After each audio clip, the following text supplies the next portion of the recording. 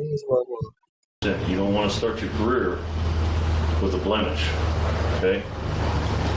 So there's other things that I haven't told you yet that lead me to believe you're not being 100% straight up with me, okay? So I want you right now, put everything you as an officer to be. Oh, okay. Yeah, I need to have a unit come out here. For reasons known only to the rookie officer, he radioed in a report of a break-in at his apartment. Despite being the one who had kicked down his own door, officers responded to the scene, but began to suspect something was amiss when they found nothing missing from the home. This led to the deployment of a... So kita beritahu apa? Sebab kita waktu tertentu ni kita cuma cakap tertentu ataupun pihak yang tertentu kan. Sebab tu kita bagi satu insentif macam ni. Ini insentif lah, kita katakan macam apa terjadi pada anda, pada pihak anda, pada saya. Ada yang pihak yang boleh claim, ada yang tak boleh, ada yang buat defamation.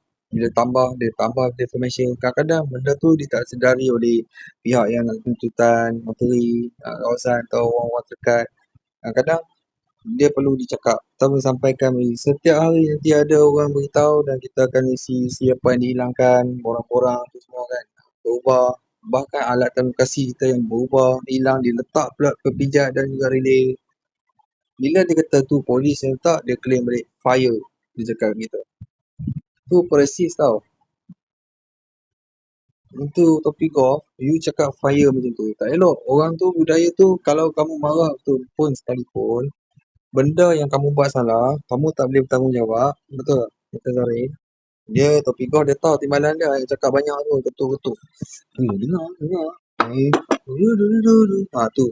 Is pretended people. Orang yang bila kalah, takut. Bila takut, duduk main jauh-jauh, colek bini orang. Tapi ada setengah statut cakap, sebenarnya colek bini siapa? Saya ni viral banyak kali dah, bukan sekali dah. You tak puas hati, you baca, you dengar kan. Saya simpan maklumat bukan viral tu masa saya report di media. Bukan. You tengok laporan kat SPRM, you tengok Lusakam, tak percaya, you pergi sekarang tengok. Kalau tak ada, you panggil saya main ke rumah ketua pintu, saya pergi tunjuk ada tak ada. Faham tak? Sebab apa jadi lama? Sebab you tak bertanggungjawab. Dia nak tengok kerja negeri, bertanggungjawab. You duduk KL dulu, duduk